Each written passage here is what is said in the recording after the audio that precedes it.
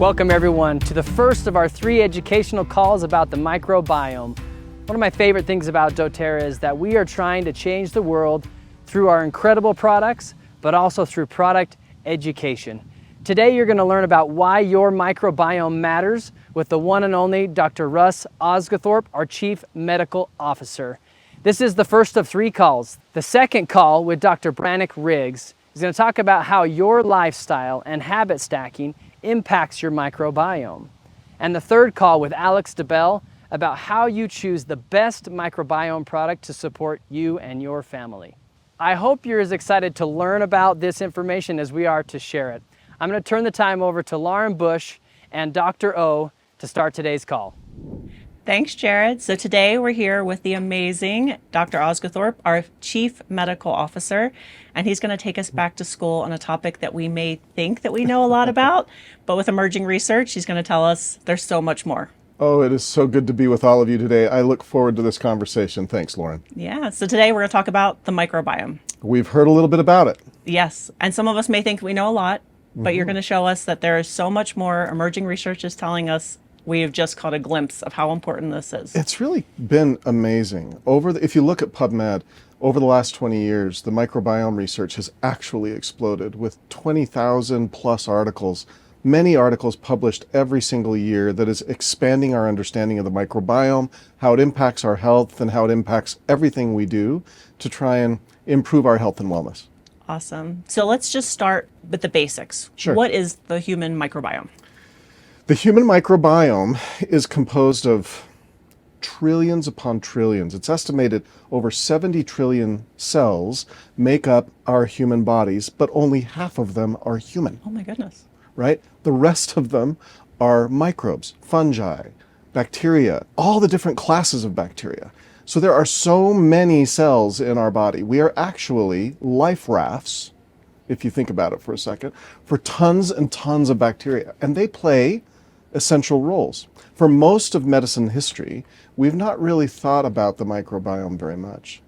But in the last 25 plus years, we have really developed scientific tools and our understanding has increased exponentially.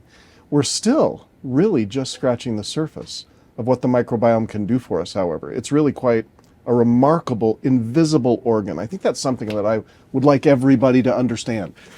The microbiome is this invisible organ within the human body that nobody thinks about, nobody really tries to take care of, nobody really measures to wonder how it's functioning.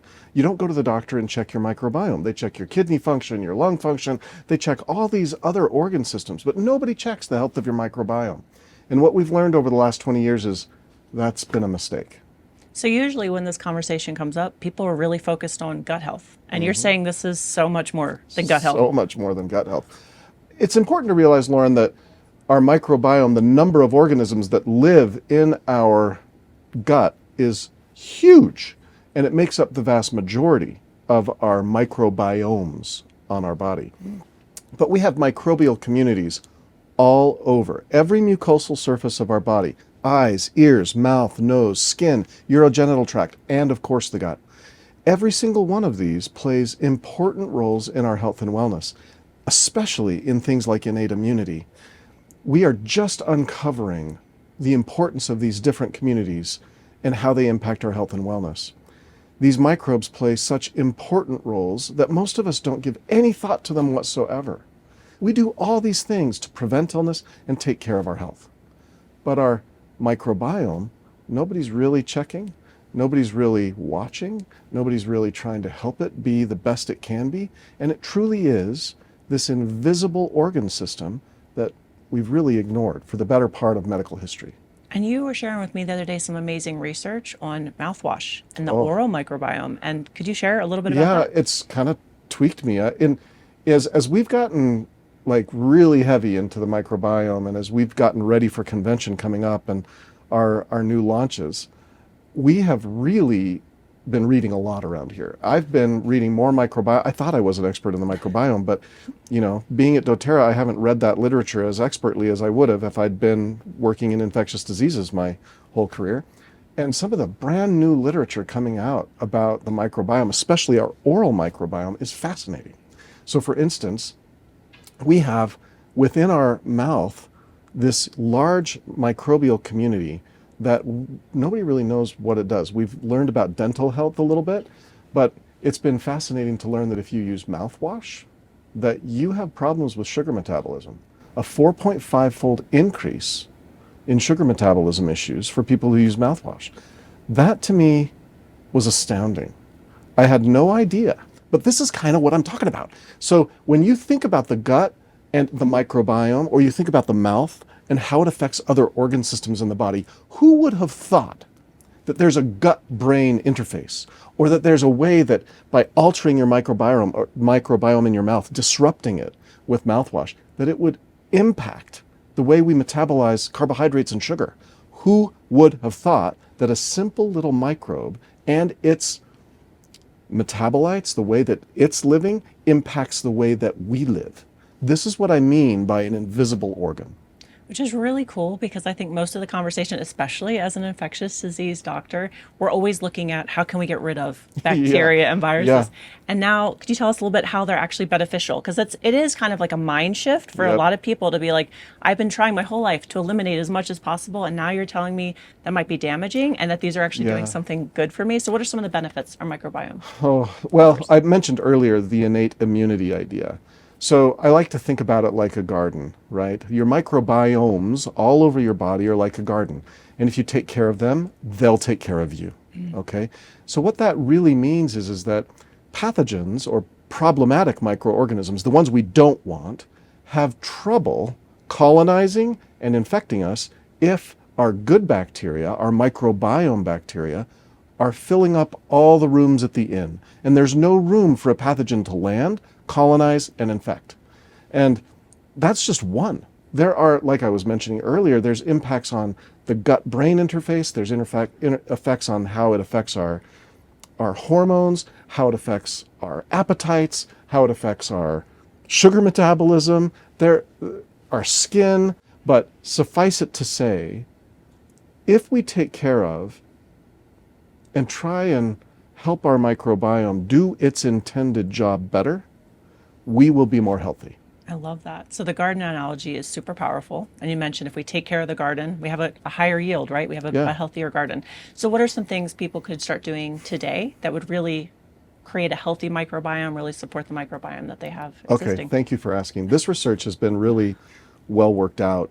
So you can improve the diversity and the health of your microbiome by eating a whole food diet, unprocessed foods. Unfortunately, in the developed world, 75% or so of our nutrition comes from 12 plants and animals.